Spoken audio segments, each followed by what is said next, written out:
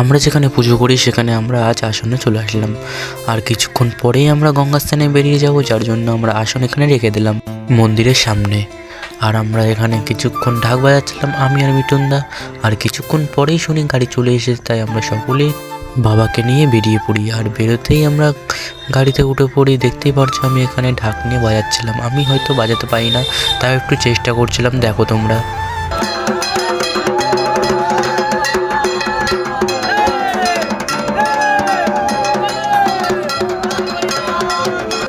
কিছুক্ষণ পরেই আমরা চলে আসি ফুলিয়া কৃত্তিবাস গঙ্গা নদীর ঘাটে।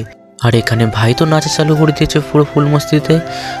বাবাকে থুয়েই সকলে আগে চলে গেছে গঙ্গা নদীর ঘাটে। কিন্তু কি হয়েছে, আমরা তো রয়েছি এখানে, আমি দাদা সকলে মিলে ঠাকুর তুলে দিলাম মিঠুনদার মাথায়। আর এখানে বেরিয়ে পড়লাম গঙ্গা নদীর ঘাটে। আর এখানে এসেই বাবাকে বিশ্রাম নিচ্ছে বাবা। কিছুক্ষণ বিশ্রাম নেওয়ার পরেই আমরা গঙ্গা নদীর ঘাটে নেমে গেলাম। দেখতেই পারছো এখানে গঙ্গা নদীর ঘাটে আমরা চলে এসেছি। আর এখানে আমরা এখন বাবাকে স্নান করাবো, তাই আমরা সকলে মিলে নেমে পড়লাম গঙ্গায়। আর এখানে বাবাকে স্নান করানো চালু হয়ে গেছে। আর হ্যাঁ, আমার ভিডিও প্রতিদিনই আসবে, তোমরা সকলে একটু সাপোর্ট করো আর সকলে সাবস্ক্রাইব, লাইক অ্যান্ড শেয়ার করে দিও।